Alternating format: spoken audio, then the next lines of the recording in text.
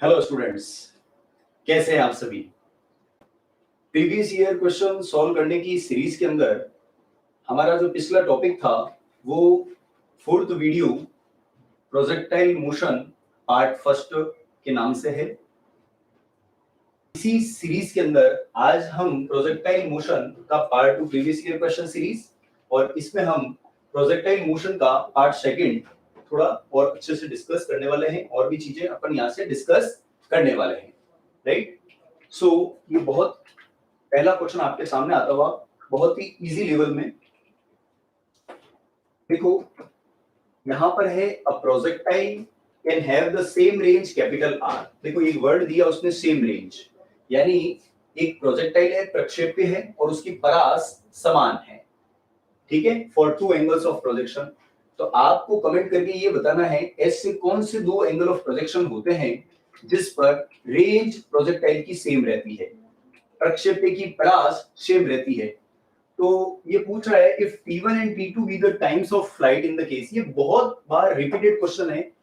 Even यहाँ पर एक एग्जाम का नाम IIT मेंस के अंदर भी ये पूछा गया है, AIEEE के अंदर भी ये पूछा गया है प्रीवियस ईयर्स के अंदर, जो अवेलेबल नहीं है, इसमें नहीं है नाम लिखा हुआ, बट IIT मेंस के अंदर भी ये पूछा गया है। बहुत बार रिपीटेड क्वेश्चन है और बहुत काम का क्वेश्चन। तो ध्यान से सुनना।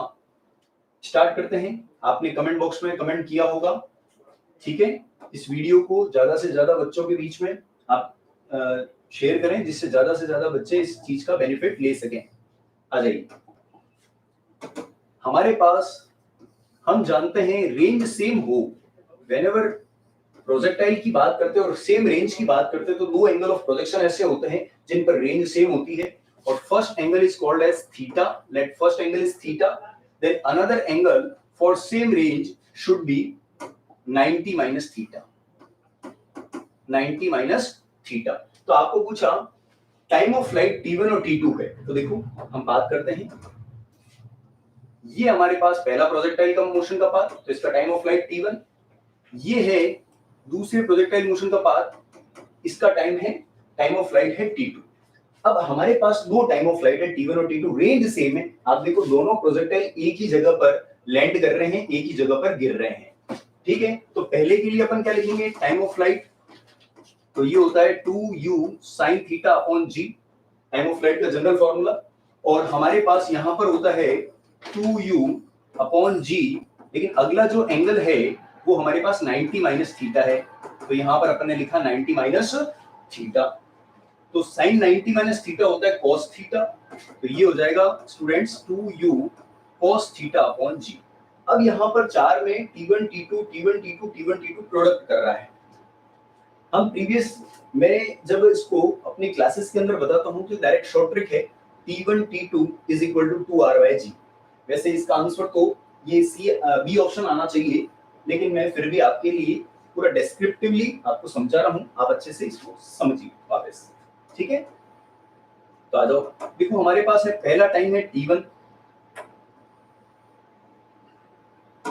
ठीक है। पहला टाइम हमारे पास कितना है, T1 है। दूसरा टाइम हमारे पास है T2, तो T1 और T2 का प्रोडक्ट करना है, तो ये हो जाएगा 2u cos theta upon g। इन दोनों का प्रोडक्ट कर लीजिए, तो ये हो जाएगा 2u sin theta upon g into 2u cos theta upon g, right. अब देखो हम क्या कर लेंगे, 2/g इधर ही रख लेंगे, यहाँ पर u और u है तो ये u स्क्वायर हो जाएगा, यहाँ पर 2 है और यहाँ पर कितना दिख रहा है स्टूडेंट्स, sin थीटा दिख रहा है, और यहाँ पर क्या दिख रहा है, cos थीटा, और डिवाइडेड बाय हम एक g यहाँ पर रख देते हैं, ठीक है। तो आपको पता है ये जो फॉर्मूला बन रहा है, आप सभी कमेंट करके बताएं ये किस चीज का फॉर्मूला है। तो आपको पता होना चाहिए ये हॉरिजॉन्टल रेंज प्रक्षेप्य की परास का सूत्र है, प्रक्षेप्य की परास क्षैतिज परास रेंज का फॉर्मूला है। तो यहां से हमारे पास आया T1 T2 equal to 2/g, और इसको हम क्या लिख लेंगे, r। तो आप यहां से अच्छे से देख सकते हैं, आपका फर्स्ट आंसर आप रिपोर्ट कर लीजिए कमेंट बॉक्स में। काफी बच्चे बिल्कुल सही जवाब, बहुत बहुत बढ़िया। T1 T2 directly proportional to r बता रहे हैं, क्योंकि 2 और g यहाँ पर कांस्टेंट है, तो T1 T2 directly proportional to r आएगा। Option number D is the right answer. Clear to सब, क्लियर टू एवरीबॉडी। मजा आ रहा है आपको? नेक्स्ट, ये क्वेश्चन जेईई मेंस के अंदर पूछा गया। अब देखो इस क्वेश्चन में क्या दिया है, A stone projected at an angle of 60 degree, एक प्रक्षेप्य को क्षैतिज से 60 डिग्री का कोण बनाते हुए फेंका from the ground level, ground level से 37 डिग्री का 60 डिग्री का कोण बनाते हुए गया। ये किसी रूफ h हाइट की रूफ है जिस पर 30 डिग्री पे स्ट्राइक करता है s। तो देखो हम क्या करते हैं, पहले स्टोन की वेलोसिटीज को मार्क कर देते हैं।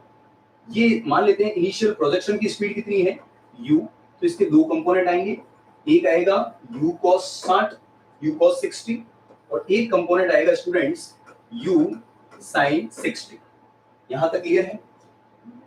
अभी जब ये प्रोजेक्टाइल स्ट्राइक करता है तो यहाँ पर वेलोसिटी v हो जाती है, मान लेते हैं कुछ डिफरेंट वेलोसिटी से रिड्यूस वेलोसिटी से स्ट्राइक करेगा क्योंकि ऊपर जा रहा है तो अगेंस्ट ग्रेविटी जा रहा है तो इसकी स्पीड थोड़ी डाउन हो जाएगी, तो v स्पीड से ये क्या करता है, स्ट्राइक करता है। तो इस वेलोसिटी के भी दो कंपोनेंट बन जाएंगे। तो देखो एक वेलोसिटी का कंपोनेंट आएगा v cos 30 और एक कंपोनेंट हमारे यहाँ पर आएगा v sin 30। अब पहला आपको इसमें दो क्वेश्चन अपन जनरेट कर देते हैं। आपको क्या पूछता है कि भाई इस वेलोसिटी मतलब प्रोजेक्शन की वेलोसिटी और स्ट्राइकिंग की वेलोसिटी के बीच में क्या रिलेशन है।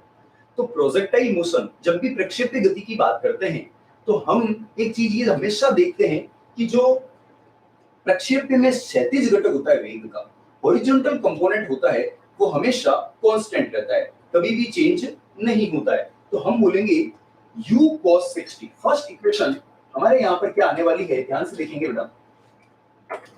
u cos 60 बैलेंस करेगा, u cos 60 किसके इक्वल होगा, v cos 30 के इक्वल होगा।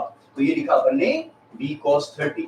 अच्छा cos 60 का वैल्यू कितना होता है, 1/2 होता है। cos 30 का वैल्यू कितना होता है, √3/2 होता है। तो आप देखो इनके बीच में रिलेशन मिल गया। अगर हमें ये इनिशियल स्पीड दी हुई होती तो हम तुरंत आंसर निकाल लेते। तो हमारे पास v का वैल्यू कितना आया, u/√3 आया। क्या आप यहां से एग्री करते हैं? रेशियो पूछ ले कि स्ट्राइकिंग की वेलोसिटी और प्रोजेक्शन की वेलोसिटी का रेशियो क्या होगा, तो 1/√3 होगा, राइट। ये तो एक पहली इक्वेशन हमारे पास आई। अब हमें इस क्वेश्चन में केवल हाइट दे रखी है और आपको स्पीड ऑफ प्रोजेक्शन पूछ रहा है, यानी आपको ये u पूछ रहा है। इस क्वेश्चन में पूछा ही u गया है, प्रोजेक्शन की स्पीड हमें नहीं पता, तो हमें u निकालने के लिए केवल एक h हाइट दे रखी है।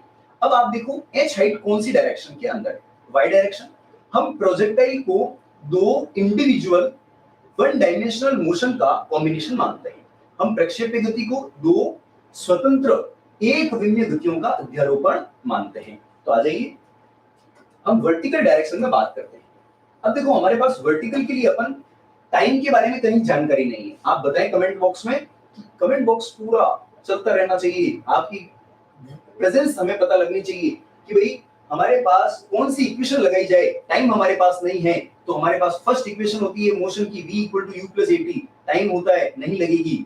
Second equation s = ut + half at² नहीं लगेगी। Third equation v² = u² + 2as ये लगेगी क्योंकि इसमें टाइम नहीं है। तो y डायरेक्शन में बात करेंगे तो v² = u² + 2as। अब बात करते हैं y डायरेक्शन की इनिशियल स्पीड। y डायरेक्शन में देखेंगे, ये रहा y डायरेक्शन में, तो अपन बोलेंगे u sin 60 का होल स्क्वायर। y डायरेक्शन की बात हो रही है, y डायरेक्शन में बात करेंगे, सब चीज y डायरेक्शन में देखना है। अच्छा आगे देखेंगे एक्सेलरेशन, पार्टिकल किधर जा रहा है, y डायरेक्शन में अपवर्ड जा रहा है, ग्रेविटी नीचे लग रही है, तो एक्सेलरेशन जो है under the effect of gravity negative -g। और डिस्प्लेसमेंट इस रेफरेंस से ये यहां इनिशियल और फाइनल के बीच में जो y डायरेक्शन का डिस्प्लेसमेंट है बेटा वो कितना होगा, h होगा स्टूडेंट्स।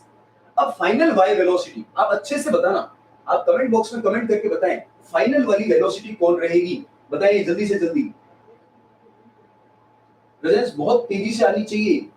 तो देखो y डायरेक्शन में ये वाली वेलोसिटी v sin 30 लेकिन डाउनवर्ड डायरेक्शन में है, नेगेटिव लिया जाएगा। तो हम क्या करेंगे इसको, देखो इसको अपन ऐसे लिखेंगे, ध्यान से सुनना, -v sin एंगल कितना है वो 30 डिग्री, तो -v sin 30 का होल स्क्वायर। ये मैं बहुत स्लो आपको बता रहा हूं जिससे आपके पूरे कॉन्सेप्ट अच्छे से क्लियर हो जाए। अच्छा v हमारे पास कितना है, u/√3 है, sin 30, चलो बाद में अपन इसकी वैल्यू रख लेंगे, पहले एक बार अपन इसको सॉल्व कर लेते हैं अच्छे से। माइनस वी साइन 30 1/2 उसका स्क्वायर, मैं थोड़ा फास्ट कर रहा हूँ कैलकुलेशन, आप देख लीजिएगा, under root 3 sine 30 sine 60 root 3/2 minus 2gh, shift करेंगे तो 2gh इस साइड में आ जाएगा, तो ये हो जाएगा 3u स्क्वायर अपॉन 4 पॉजिटिव का, ये उधर जाएगा तो ये हो जाएगा plus v square upon 4, yes और नो, स्क्वायर हो गया, तो 2gh is equal to 3u square upon 4 plus यहां पर हमारे पास 1/4 है और v स्क्वायर, v का वैल्यू हमारे पास है u अपॉन अंडर रूट 3, इसका स्क्वायर कर लेंगे तो ये है u square by 3, u square by 3 हो जाएगा, u बाय अंडर रूट 3 का स्क्वायर u बाय 3 हो जाएगा। यहां पर क्या लिखेंगे, इसका एलसीएम हमारे पास कितना आ जाएगा, 4 3 जा 12, तो ये हो जाएगा 3 3 जा 9, 9u square plus u square, देख लीजिए, देखो 4 3 जा 12, एलसीएम आ गया 12, 3u स्क्वायर बाय 4 प्लस 1/4 ये पहले से पड़ा है, v square u square by 3 आ जाएगा, 3 4 जा 12, 3 3 जा 9 प्लस ये u स्क्वायर हो जाएगा और ये हो जाएगा 2gh, हाँ या ना। अब हम क्या करेंगे, 2gh equal to 10u square upon 12, अरे हाँ या ना, तो ये कितना हो जाएगा, कैलकुलेशन कर लीजिए आप, माइनस 2gh इधर जाएगा ना तो ये इधर आ जाएगा, ये प्लस ये माइनस हो जाएगा, छोटा सा कोई दिक्कत नहीं है, माइनस हो जाएगा, तो ये माइनस हो जाएगी, होते ही ये सही हो जाएगा आपके। अब मैं यहाँ पे माइनस कर देता हूँ, ये माइनस ये सब माइनस हो जाएंगे तो 9 ये हो जाएगा आपके पास, 2gh इज इक्वल टू हो जाएगा 8u स्क्वायर अपॉन 12, 2 4 जा 8 4 3 जा 12, तो u square is equal to हो जाएगा 3gh, implies u is equal to हो जाएगा अंडर रूट 3gh, ये आपका आंसर आ जाएगा रूट 3, ठीक है, वो माइनस प्लस का देख लेना आप, ये आता है रूट 3, क्लियर टू एवरीबॉडी। आ जाइए नेक्स्ट क्वेश्चन। अब देखो ये है एक बहुत ही conceptual question है, a particle is projected from the ground with a velocity u at an angle theta, यहाँ पे theta नहीं दिया हुआ, theta with horizontal, the horizontal range, maximum height and time of flight are r, h and t respectively, now keeping u as fixed, हमने initial speed को fix कर दिया है, change नहीं किया है, theta is varied from 30 degree to 60 degree, 30 से 60 degree अपन theta को वेरी कर रहे हैं, तो इनमें से कौन सा ऑप्शन मैच करेगा, एक कंसेप्चुअल एम्स और निट लेवल के अंदर इस प्रकार का क्वेश्चन जनरेट हो सकता है, या आईआईटी मेंस के ऑब्जेक्टिव टाइप के क्वेश्चंस में ये क्वेश्चन सेलेक्ट हो सकता है, ध्यान से सुनना। अब देखो सबसे पहले बात करते हैं टाइम ऑफ फ्लाइट का फॉर्मूला, तो टाइम ऑफ फ्लाइट का फॉर्मूला क्या हो जाएगा, 2u sin theta upon g, right, तो ये हो जाएगा time of flight directly proportional to है sin थीटा, पहला तो ये पॉइंट आप देखिए, क्योंकि 2 कांस्टेंट है, u स्पीड इनिशियल कांस्टेंट है और g हमारे पास कांस्टेंट है, इसी प्रकार से बात करते हैं। नेक्स्ट है हाइट, हाइट के फॉर्मूले में आता है u square sin square theta upon 2g, तो हाइट हमारे पास हो जाएगी sin square theta, height sin theta के प्रोपोर्शनल होगी, और रेंज जो होती है वो होती है u square sin 2 theta upon g, यानी रेंज डायरेक्टली प्रोपोर्शनल टू होती है बेटा sin 2 थीटा, ठीक है। देखो अब इनमें से देखो थीटा का जो वैल्यू है वो वेरी कर रहे हैं 30 डिग्री से 60 डिग्री बढ़ा रहे हैं हम। अब देखो जब थीटा इंक्रीज करेंगे तो क्या होगा, देखो थीटा इंक्रीज करेंगे तो टाइम पीरियड की वैल्यू बढ़ेगी, क्योंकि साइन का जो वैल्यू है 0 से 90 तक तो बढ़ेगा, तो साइन की वैल्यू बढ़ेगी, तो थीटा 30 से 60 कर रहे हैं तो टाइम पीरियड इंक्रीज होगा। ऐसा कोई ऑप्शन जिसमें टाइम पीरियड इंक्रीज बोल रहा है, t will decrease, देखो t will decrease cancel, h and t will increase, अच्छा इसमें हो सकता है t will increase t will decrease, decrease वाले तो ऑप्शन आप कैंसिल कर दीजिए। अब बात करते हैं हाइट में भी sin थीटा है, तो एंगल जैसे इंक्रीज करेंगे sin थीटा इंक्रीज होगा और हाइट भी इंक्रीज होगी, तो हाइट भी इंक्रीज है b और c के अंदर। अब रेंज के अंदर स्पेशल पॉइंट है, range directly proportional to sin 2 theta. अब आप समझो, मान लेते हैं अपन एंगल थीटा लेते हैं, तो थीटा 30 लेते हैं तो 30 टू द 60 हुआ, तो रेंज ठीक है sin 60 हुआ। हमने एंगल को बढ़ाया 45 किया, तो 45 to the 90 sin 91 range maximum. अब अगर अपन ने 60 किया तो 2 into 60 यानी 120, वापस sin की वैल्यू 45 के बाद डिक्रीज होने लगी, क्योंकि sin 45 अगर यहाँ पर होता है ना एंगल थीटा 45 होगा तो 45 टू द 90 sin 91 हो जाएगा, हाँ या ना। साइन की मैक्सिमम वैल्यू 1 है, उसके बाद अगर आप कितना भी एंगल बढ़ाओ वैल्यू डिक्रीज होने वाली है। तो रेंज जो होगी विल फर्स्ट इंक्रीज 30 से 45 तक इंक्रीज, देन 45 से 60 तक डिक्रीज। तो ये ऑप्शन आपका करेक्ट होगा, ये गलत हो जाएगा। ये कंटिन्यू बोल रहा है डिक्रीज होगी, ऐसा नहीं होगा। तो B option is the right answer. C is no ना ना ना, सी नहीं है बेटा, B option is the right answer, क्योंकि रेंज पहले 30 से 45 तक तो इंक्रीज होगी, उसके बाद 45 से जैसे ज्यादा एंगल हुआ, जैसे मान लो 50 हुआ तो 50 या 60 हुआ, 60 टू द 120, वापस साइन 120 की वैल्यू तो साइन 90 से कम होती है ना, तो वापस रेंज कम हो जाएगी। तो रेंज पहले इंक्रीज होगी देन डिक्रीज होगी। एक ट्विस्टिंग क्वेश्चन, राइट?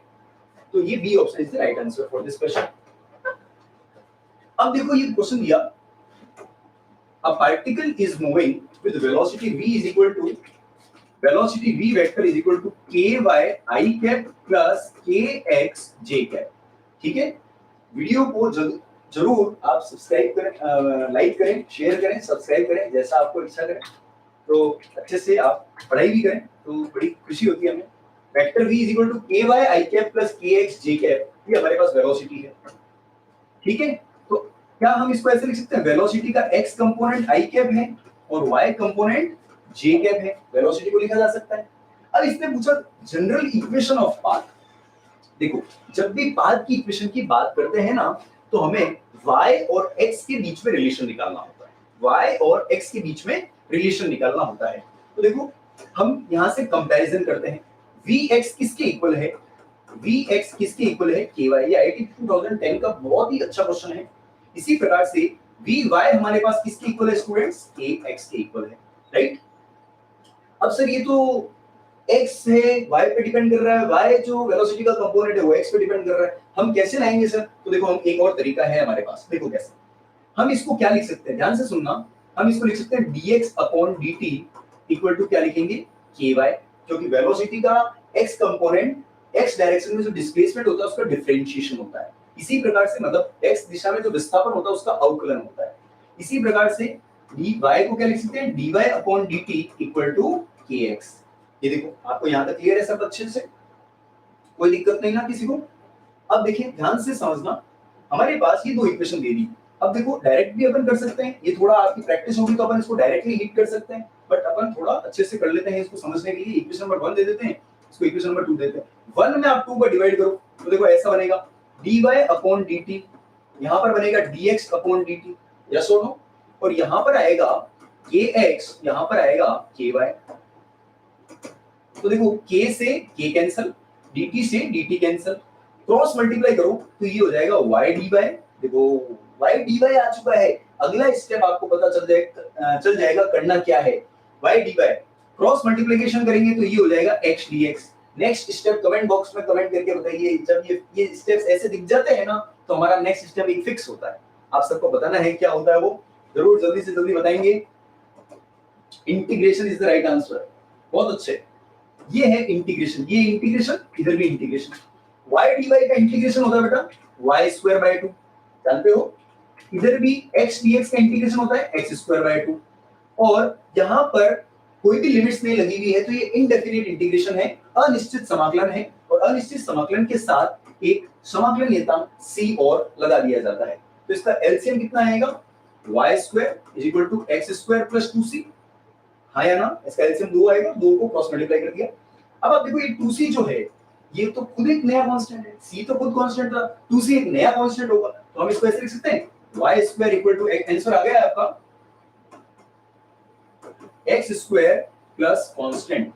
तो देखो ये आपका डी ऑप्शन यहां पर मैच हो रहा है, जो ये ट्रेजेक्टरी की इक्वेशन है, प्रक्षेप्य के पथ की, जो पार्टिकल 2 डायमेंशनल मोशन कर रहा था, जो वेलोसिटी दी हुई थी आपको vx i cap plus vy j cap, vx equal to ky, vy equal to kx, तो ऐसी वेलोसिटी का जो पाथ होगा, मतलब उसके प्रक्षेप्य जो कण है गति कर रहा है उसका जो पथ होगा, उसकी जो समीकरण है वो इस प्रकार की है। समझ में आ रहा है? y square equal to x square plus constant, बोलो समझ में आ रहा है बेटा? अच्छे से समझ में आ रहा है? चलिए ये है एक आईआईटी जेईई 1986 में भी रिपीट हुआ, और रिसेंट इयर्स में आईआईटी के अंदर और पूछा गया है। बहुत अच्छा क्वेश्चन, बहुत ही बढ़िया। मैंने इसको एंड में रखा है जिससे आपको आराम से एक एक चीज बता सकूं। देखो इसने क्या बोला, a body falling freely from a given height capital h hits an inclined plane in the its path at height small h। देख ये हमारे पास है, ध्यान से देखना, एक बॉडी है, इसको फ्री गिराया जाता है, ऐसे गिराया जाता है, गिराया जाता है, इसका मतलब इनिशियल वेलोसिटी जीरो हो गई, ठीक है, गिराया जाता है, ड्रॉप किया जाता है, इनिशियल वेलोसिटी जीरो। कितनी हाइट से गिराया जाता है?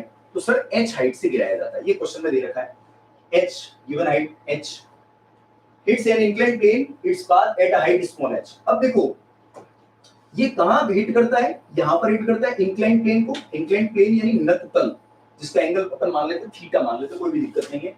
तो ये जो पॉइंट है, ये जो हाइट है वो है स्मॉल h। स्मॉल h पर क्या करता है? ये हिट करता है। तो as a result of this impact the direction of the velocity of the body becomes horizontal. अब जैसे ये पार्टिकल गिरता है तो पिंड की जो वेलोसिटी है, वेग जो है, उसकी वेलोसिटी का जो डायरेक्शन है वो हॉरिजॉन्टल हो जाता है, क्षैतिज हो जाता है, हॉरिजॉन्टल। फिर for what value of small h by h, मतलब हमें h और h का रेशियो चाहिए। The body will take the minimum time, देखो यहां पर वर्ड दे दिया, maximum time to reach the ground.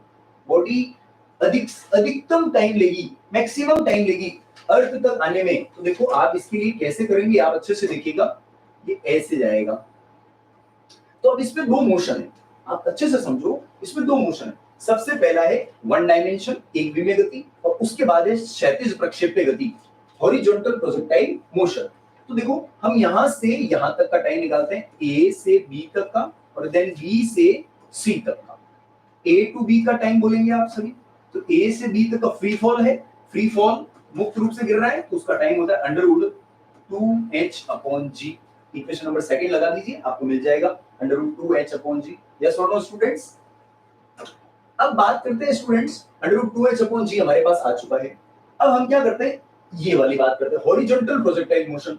जब हॉरिजॉन्टल प्रोजेक्टाइल मोशन की बात करते हैं तो देखो, एक मिनट, इसको हाइट है ना, ये अर्थ से लेते हैं, तो ये हाइट हमारे पास है P2। अपन बात करते हैं, ध्यान से सुनना, B से C की बात करेंगे, B से C की बात करेंगे।